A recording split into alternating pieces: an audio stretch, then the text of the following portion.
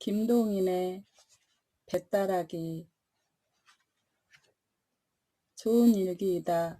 좋은 일기라도 하늘에 구름 한 점 없는 우리 사람으로서는 감히 접근 못할 위험을 가지고 높이서 우리 조그만 사람을 비웃는 듯이 내려다보는 그런 교만한 하늘은 아니고, 가장 우리 사람의 이해자인 듯이 낯을 뭉글뭉글 엉기는 분홍빛 구름으로서 우리의 서로 손목을 잡자는 그런 하늘이다. 사랑의 하늘이다.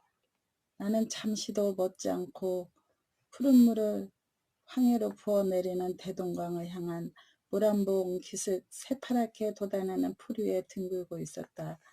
이날은 3월 3일 대동강의 첫 뱃놀이 하는 날이다.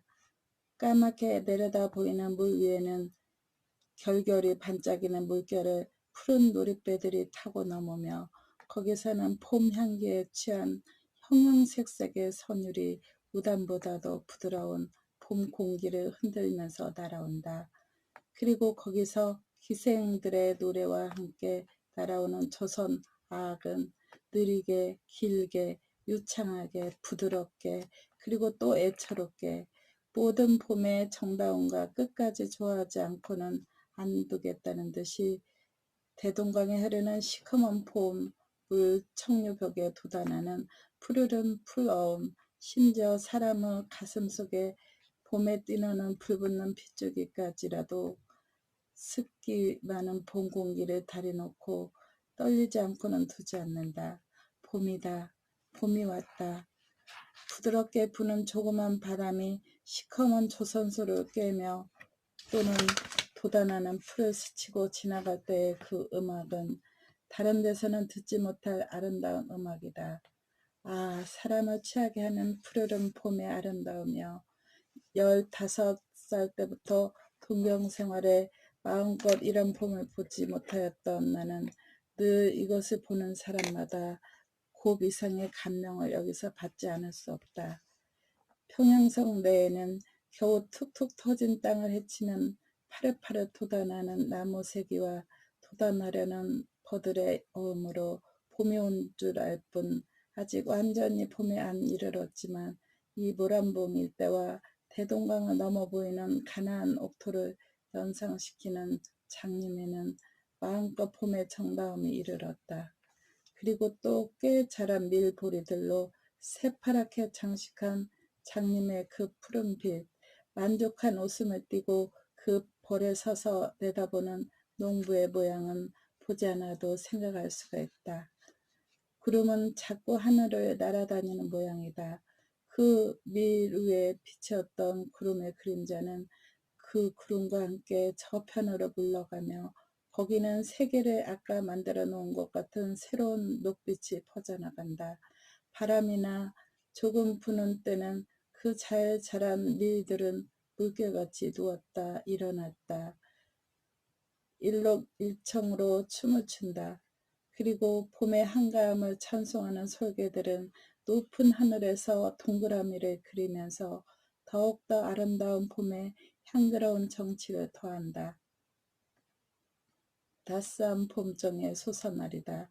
따스한 봄정의 소서날이다. 나는 두어 번 소리나게 읊은 뒤에 담배를 붙여 물었다. 담뱃대는 무럭무럭 하늘로 올라간다. 하늘에도 봄이 왔다. 하늘은 낮았다.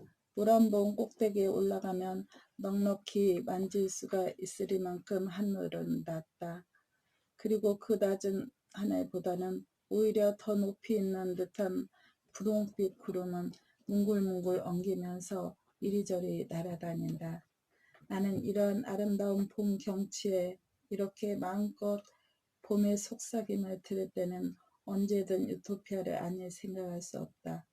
우리가 시시각각으로 애를 쓰며 수고하는 것은, 그 목적은 무엇인가?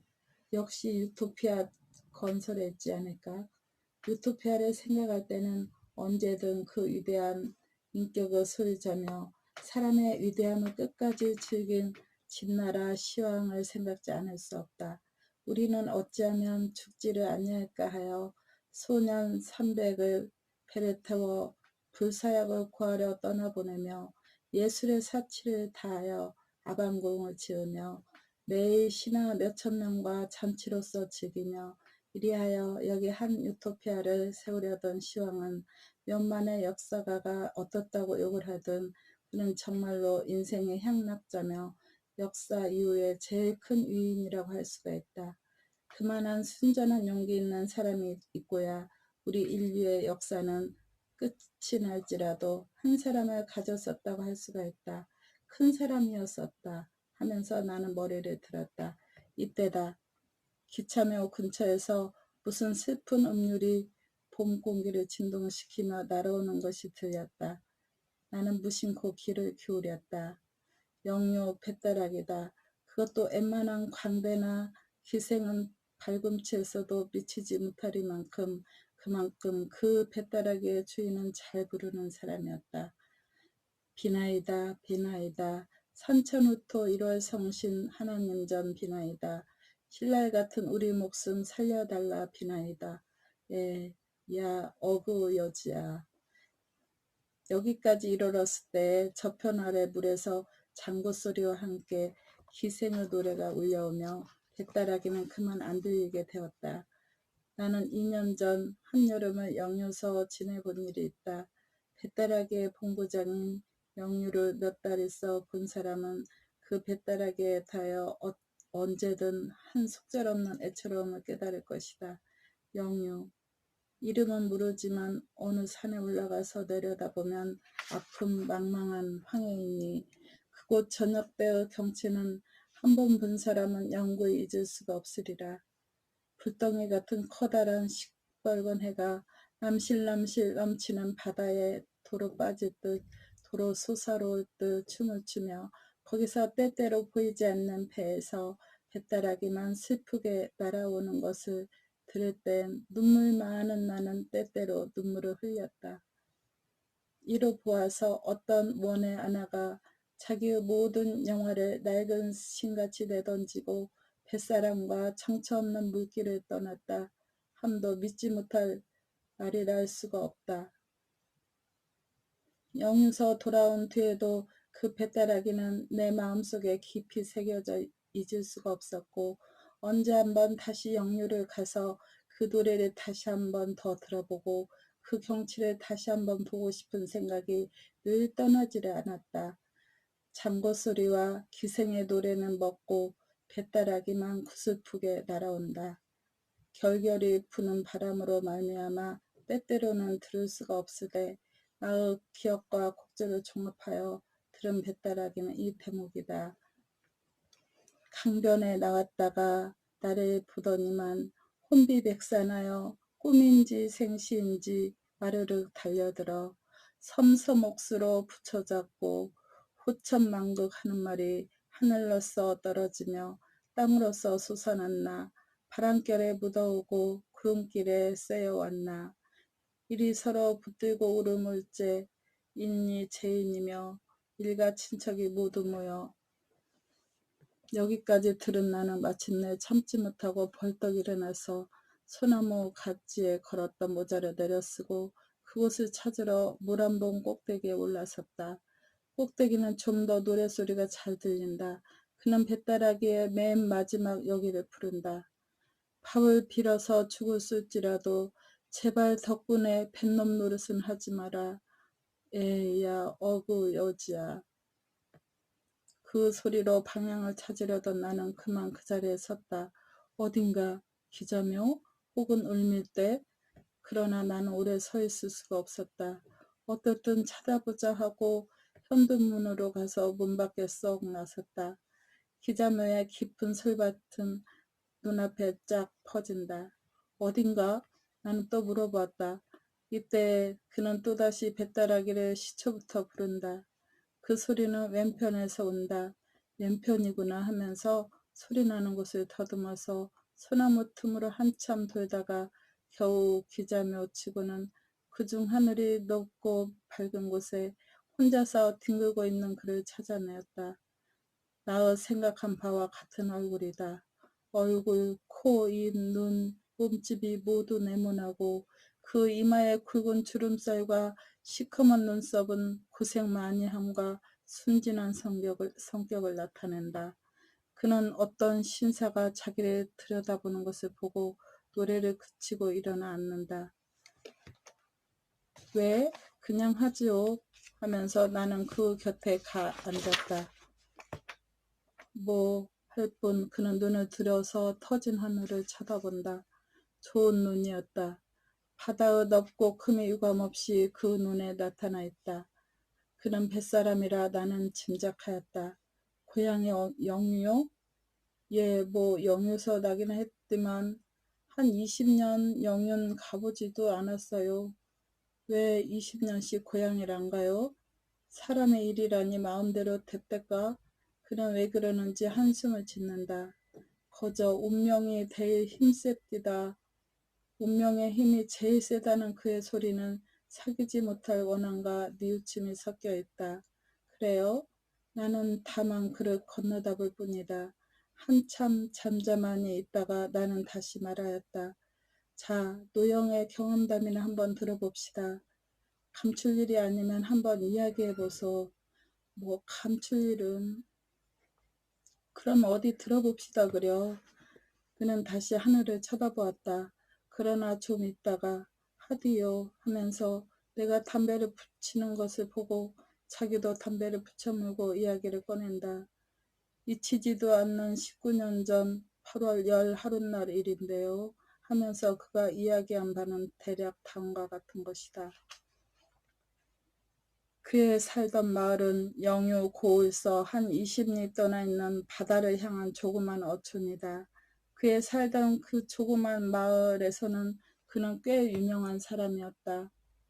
그 부모는 모두 15에 돌아가고 남은 사람이라고는 겹집에 딴소리 나는 그의 아우 부처와 그 자기 부처뿐이었다. 그들 형제가 그 마을에서 제일 부자이고 또 제일 고기잡이를 잘하였고 그중 글이 있었고 배따라기도 그 마을에서 빼나게 그 형제가 잘 불렀다. 말하자면 그 형제가 그 대표적인 사람이었다. 8월 보름은 추석 명절이다. 8월 열 하룻날 그는 명절에 쓸 장도 볼 겸 그의 아내가 늘 부러워하는 거울도 하나 사올 겸 장으로 향하였다. 당손네 집에 있는 것보다 큰 거요. 잊지 말고요. 그 아내는 길까지 따라 나오면서 잊지 않도록 부탁하였다. 안 잊어 하면서 그는 떠오르는 새빨간 햇빛을 앞으로 받으면서 자기 마을을 나섰다. 그는 아내를 고아했다. 그 아내는 촌에서는 드물도록 연연하고도 예쁘게 생겼다. 성내 된죽고를 가도 그 많은 거 쉽지 않겠지요. 그러니까 촌에서는 그리고 그 당시에는 남에게 우습게 보이도록 그대의 사이는 좋았다. 늙은이들은 계집에게 혹하지 말라고 흔히 그에게 권고하였다. 부처의 사이는 좋았지만 아니 오히려 좋음으로 그는 아내에게 셈을 많이 하였다. 그리고 그의 아내는 시기를 받을 일을 많이 하였다. 품행이 나쁘다는 것이 아니라 그의 아내는 대단히 천진스럽고 쾌활한 성질로서 아무에게나 말 잘하고 애교를 잘 부렸다. 그 동네에서는 무슨 명절이나 되면 집이 그중 정결함을 핑계삼아 젊은이들은 모두 그의 집에 모이곤 하였다. 그 젊은이들은 모두 그의 아내에게 아즈마니라고 부르고 그 아내는 아내라 아즈바니 하며 그들과 짓거리고 즐기고 또 웃기 잘하는 입에는 늘 웃음을 흘리고 있었다. 그럴 때마다 그는 한편 구석에서 눈만 흘금거리며 있다가 젊은이들이 돌아간 뒤에는 불문곡직하고 아내에게 덤벼들어 발길로 차고 때리며 이전에 사다 주었던 것을 모두 걷어올린다. 싸움을 할 때는 언제든 곁집에 있는 아우 부처가 말리러 오며 그렇게 되면 언제든 그는 아우 부처까지 때려주었다. 그가 아우에게 그렇게 구는 데는 이유가 있었다. 그 아우는 시골 사람에게는 쉽지 않도록 늠름한 이염이 있었고 매일 바닷바람을 쐬었지만 얼굴이 희었다. 이것뿐으로도 시기가 된다 하면 되지만 특별히 아내가 그 아우에게 친절히 하는 데는 그는 속이 끓어 못 견디었다. 그가 영유를 떠나기 반년 전쯤, 다시 말하자면 그가 거울을 사러 창에 갈 때부터 반년 전쯤 그 생일날이었다. 그 집에서는 음식을 차려서 잘 먹었는데 그에게는 괴상한 버릇이 있었으니 맛있는 음식은 남겨두었다가 좀 이따 먹고 하는 것이 습관이었다. 그 아내도 이 버릇은 잘 알 터인데 그 아우가 점심때쯤 오니까 아까 그가 아껴서 낭비해두었던 그 음식을 아우에게 주려 하였다. 그는 눈을 부릅뜨고 못 주리라 아무하였지만 아내는 그것을 보았는지 못 보았는지 그 아우에게 버렸다. 그는 마음속이 참어 편치 못하였다. 트지면 인연을 그는 마음먹었다. 그 아내는 시아우에게 상을 준 뒤에 물러오다가 그만 그의 발을 조금 밟았다. 2년 그는 힘껏 발을 들어서 아내를 냈다 찼다. 그의 아내는 상 위에 거꾸러졌다가 일어난다. 2년 사나이 발을 짓밟는 년이 어디 있어? 거 좀 밟아서 발이 부러졌습니까? 아내는 낯이 새빨개져서 울음 섞이는 소리로 고함친다. 2년 말대답이. 그는 일어서서 아내의 머리채를 휘어잡는다. 형님 왜 이러십니까? 아우가 일어서면서 그를 붙잡았다. 가만히 있거라 이놈의 자식 하며 그는 아우를 밀친 뒤에 아내를 되는 대로 내리찌었다. 죽일년 2년 나가거라. 죽여라 죽여라. 난 죽어도 이 집에서 못 나가. 못 나가? 못 나가지 않고 네 집이게. 이때다. 그 마음에는 그 못 나가겠다는 아내의 마음이 푹 들이박혔다. 그 이상 때리기가 싫었다. 우두커니 눈만 흘기고 있다가 그는 망할렴 그럼 내가 나갈라 하고 그만 문 밖으로 튀어나와서 형님 어디 갑니까? 하는 아우 말에도 대답도 안 하고 곁동네 탁주집으로 뒤도 안 돌아보고 가서 거기 있는 술 파는 계집과 술상 앞에 마주 앉았다. 그날 저녁 얼큰이 취한 그는 아내를 위하여 떡을 한도너치 사가지고 집으로 돌아왔다. 이리하여 또 서너 달은 평화가 이르렀다. 그러나 이 평화가 언제까지든 계속할 수가 없었다. 그 아우로 말미암아 또 평화는 쪼개져 나갔다. 5월 초순부터 영유고울 출입이 잦던 그 아우는 5월 금은께부터는 고을서 며칠씩 묵어오는 일이 많았다. 함께 고을에 첩을 얻어뒀다는 소문이 퍼졌다. 그 소문이 있은 뒤는 아내가 그 아우가 고을 들어가는 것을 벌레보다도 더 싫어하고 며칠 묵어서 오는 때면 곧 아우의 집으로 가서 그와談판을 하며 심지어 동서되는 아우의 처에게까지 못 가게 하지 않는다고 싸우는 일이 있었다. 7월 초순께 그 아우는 고을에 들어가서 열흘쯤 묵어온 일이 있었다. 이때도 전과 같이 그 아내는 그 아우며 개수와 싸우다 못하여 마침내 그에게까지 와서 아우가 그런 못된 데를 다니는 것을 그냥 둔다고 해보자 한다. 그 꼴을 곱게 보지 않았던 그는 첫마디로 고함을 쳤다. 내게 상관이 무해가 듣기 싫다. 못난둥이 아우가 그런 데 댕기는 걸 말리지도 못하고 분김에 이렇게 그 아내는 고함쳤다. 이년 뭘? 그는 벌떡 일어섰다. 못난둥이. 그 말이 채 끝나기 전에 그 아내는 악소리와 함께 그 자리에 거꾸러졌다. 이년 사나이에게 그따위 말버릇 어디서 배웠? 예민에 때리는 건 어디서 배웠노? 못난둥이. 그 아내는 울음소리로 부르짖었다. 쌍년 그냥 나갈. 우리 집에 있지 말고 나갈. 그는 내리찌으면서 부르짖었다. 그리고 아내를 문을 열고 밀쳤다. 나가지 않으리 하고 그 아내는 울면서 뛰어나갔다. 망할렴. 토하는 듯이 중얼거리고 그는 그 자리에 주저앉았다. 그 아내는 해가 져서 어두워져도 돌아오지 않았다. 일단 내쫓기긴 하였지만 그는 아내의 돌아옴을 기다리고 있었다. 어두워져서도 그는 불도 안 켜고 성이 나서 우들우들 떨면서 아내의 돌아오기를 기다렸다. 그러나 그 아내의 참 기쁜 듯이 웃는 소리가 그 아우의 집에서 밤새도록 울렸다. 그는 움쩍도 안 하고 그 자리에 앉아서 밤을 새운 뒤에 새벽 동터올 때 아내와 아우를 죽이려고 부엌에 가서 식칼을 가지고 들어와서 문을 벌컥 열었다. 그 아내로서 만약 근심스러운 얼굴을 하고 그 문 밖에 우두커니 서서 문을 들여다보고 있지 않았다면 그는 아우와 아내를 죽이고야 말았으리라. 그는 아내를 보는 순간 마음에 가득 차는 사랑을 깨달으면서 칼을 내던지고 뛰어나가서 아내의 머리채를 휘어잡고 인연하면서 들어와서 뺨을 물어뜯으면서 함께 이리저리 자빠져서 뒹굴었다. 그런 이야기는 다 하려면 끝이 없으되 다만 그 안에 그 아우 세 사람의 삼각관계는 대략 이와 같았다. 각설하고 거울은 마침 장에 마음에 맞는 것이 있었다. 지금 것과 대보면 어떤 때는 코도 크게 보이고 입이 작게도 보이는 것이었지만 그 당시에는 그리고 그런 촌에서는 둘도 없는 기물이었다. 거울을 사가지고 장을 본 뒤에 그는 이 거울을 아내에게 주면 그 기뻐할 모양을 생각하며 새빨간 저녁 햇빛을 받는 넘치는 듯한 바다를 안고 자기 집으로 늘 들어오던 탁주집에도 안 들러서 돌아왔다.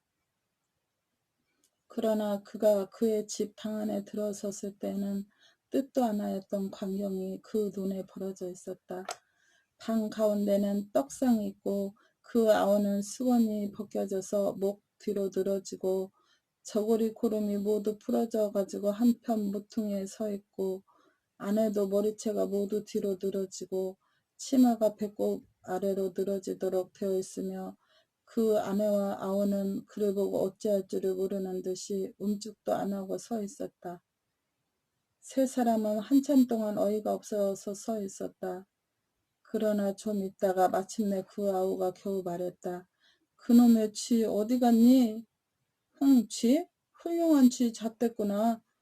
그는 말을 끝내지도 않고 침을 벗어던지고 뛰어가서 아우의 멱살을 끌어잡았다. 형님 정말 쥐가... 쥐? 이놈 형수하고는 그런 쥐 잡는 놈이 어디 있니? 그는 아우 따귀를 몇 대 때린 뒤에 등을 밀어서 문 밖으로 내던져졌다. 그런 뒤에 이제 자기에게 일을 매를 생각하고 우두루두 떨면서 아랫목에 서 있는 아내에게 달려들었다. 이년, 시아우와 그런 쥐 잡는 년이 어디 있어? 그는 아내를 거꾸러뜨리고 함부로 내리쬐었다. 정말 쥐가... 아이 죽겠다. 이년 너도 쥐 죽어라. 그 팔다리는 함부로 아내의 몸에 오르내렸다. 아이 죽겠다. 정말 아까 저분이 왔기에 떡 젖이라고 내놓았더니 듣기 싫다. 시아오 붙은 년이 무슨 잔소리를. 아예 정말이야요. 쥐가 한 마리 나타나서. 그냥 쥐? 쥐 잡을래다가. 쌍년 죽어라. 물에라도 빠져 죽어. 그는 실컷 때린 뒤에 아내도 아우처럼 등을 밀어 쫓았다. 그 뒤에 그 등으로 고기 뱃대기에 장사해라 토하였다. 분풀이는 실컷 하였지만 그래도 마음속이 잠옷 편치 못하였다. 그는 아랫목으로 가서 바람벽을 의지하고 실신한 사람같이 우두커니 서서 떡상만 들여다보고 있었다. 1시간, 2시간. 서편으로 바다를 향한 마을이라 다른 곳보다는 늦게 어둡지만 그래도 술시쯤 되어서는 깜깜하니 어두웠다. 그는 불을 켜려고 바람벽에서 떠나 성냥을 찾으러 돌아갔다. 성냥은 늘 있던 자리에 있지 않았다. 그래서 여기저기 뒤적이노라니까 어떤 낡은 옷뭉치를 드실 때 문득 쥐소리가 나면서 무엇이 후다닥 뛰어나온다. 그리하여 저편으로 기어서 도망한다. 역시 쥐됐구나. 그는 조그만 소리로 부르짖었다. 그리고 그만 그 자리에 맥없이 털썩 주저앉았다. 아까 그가 보지 못한 때의 광경이 활동사진과 같이 그 머리에 지나갔다. 아우가 집에를 온다. 아우에게 친절한 아내는 떡을 먹으라고 아우에게 떡상을 내놓는다. 그때 어디선가 쥐가 한 마리 뛰어나온다. 둘이서는 쥐를 잡느라고 돌아간다. 한참 성화시키던 쥐는 어느 구석에 숨어버린다. 그들은 쥐를 찾느라고 두룩거린다. 그럴 때 그가 집에 들어선 것이다. 쌍년, 좀 있으면 안 들어오리. 그는 억지로 마음먹고 그 자리에 들어누웠다. 그러나 아내는 밤이 가고 날이 바뀌는커녕 해가 중천에 올라도 돌아오지를 않았다. 그는 차차 걱정이 나서 찾아보러 나섰다. 아우 집에도 없었다. 동네를 모두 찾아보아도 본 사람도 없다 한다.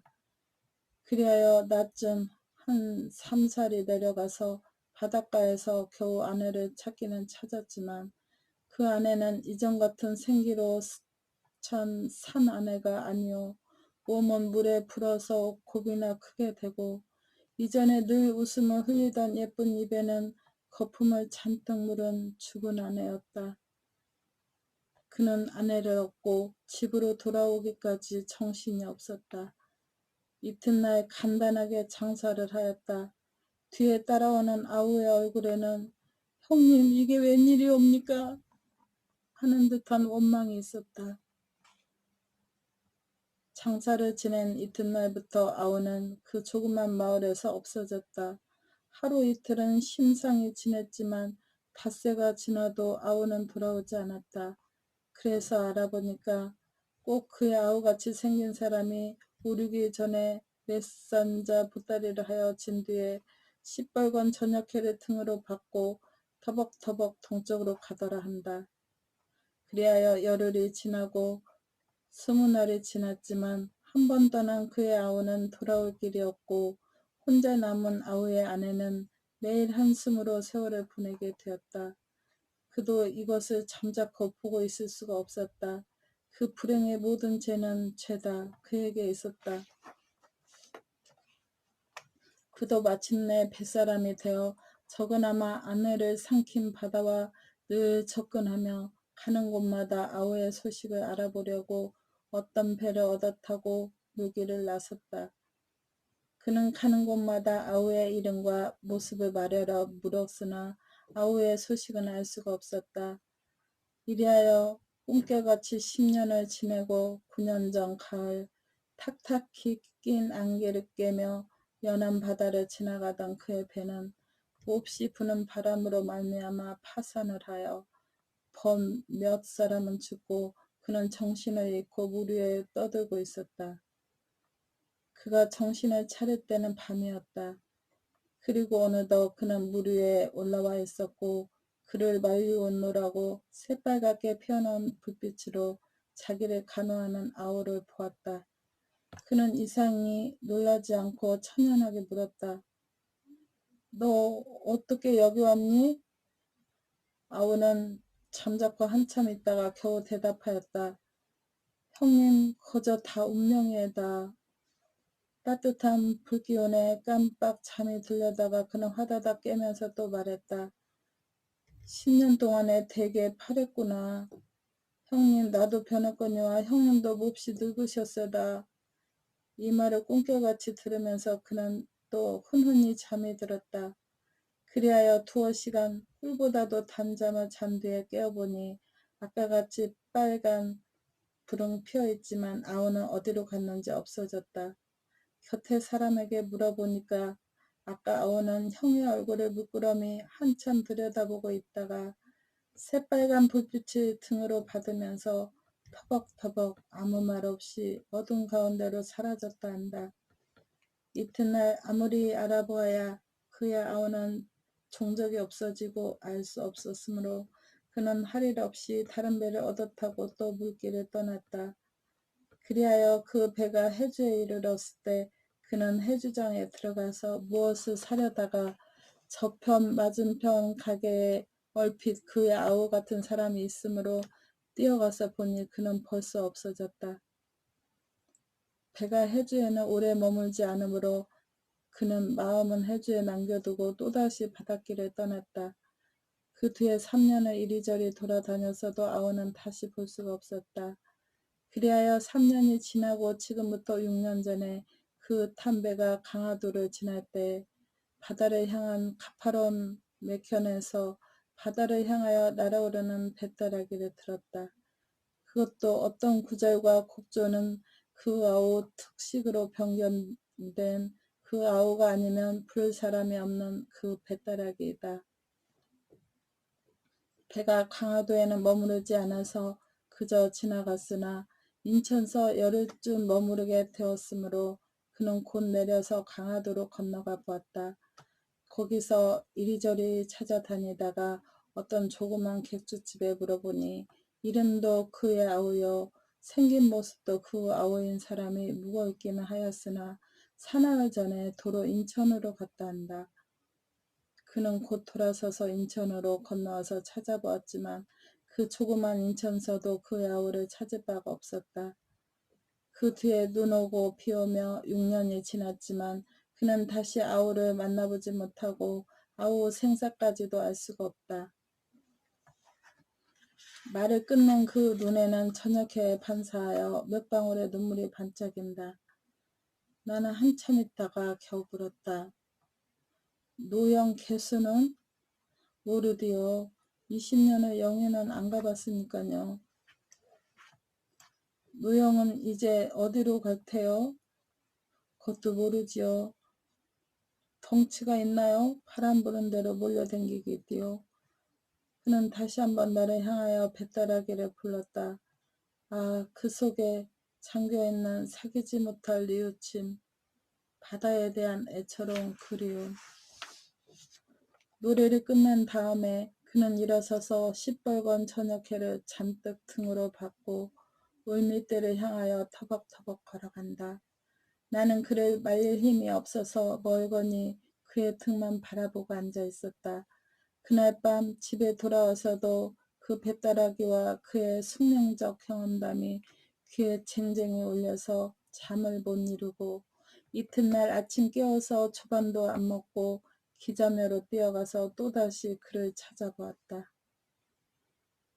그가 어제 깔고 앉았던 풀은 모두 한편으로 누워서 그가 다녀감을 기념하되 그는 근처에 보이지 않았다. 그러나 뱃다라기는 어디선가 쟁쟁이 울려서 모든 소나무들을 떨리지 않고는 안 두겠다는 듯이 날아온다. 모란봉이다. 모란봉에 있다. 하고 나는 한숨에 모란봉으로 뛰어갔다. 모란봉에는 사람이 하나도 없다. 부병류에도 없다. 울밑대다. 하고 나는 다시 울밑대로 갔다. 울밑대에서 부병류를 연한 지옥까지 연한 듯한 골짜기에 물 한 방울을 안 새이리라고 빽빽이 난 소나무의 그 모든 잎잎은 떨리는 뱃다라기를 부르고 있지만 그는 여기도 있지 않다. 기자묘에 하늘을 향하여 퍼져나간 그 모든 소나무의 천만의 잎잎도 그 아래쪽 퍼진 천만의 풀들도 모두 그 뱃다라기를 슬프게 부르고 있지만 그는 그 조그만 물 한 봉 일대에서 찾을 수가 없었다. 강가에 나가서 알아보니 그의 배는 오늘 새벽에 떠났다 한다. 그 뒤에 여름과 가을이 가고 1년이 지나서 다시 봄에 이르렀으되 잠깐 평양을 다녀간 그는 그 숙명적 경험담과 슬픈 뱃다라기를 두었을 뿐 다시 조그만 물 한 봉에 나타나지 않았다. 물 한 봉과 기자묘에 다시 봄이 이르러서 작년에 그가 깔고 앉아서 부러졌던 풀들도 다시 곱게 태가 나서 자줏빛 꽃이 필요하지만 끝없는 뉘우침을 다만 한낱 뱃다라기로 하소연하는 그는 이 조그만 물 한 봉과 기자묘에서 다시 볼 수가 없었다. 다만 그가 남기고 간 뱃다라기만 추억하는 듯이 모든 잎잎이 속삭이고 있을 따름이다.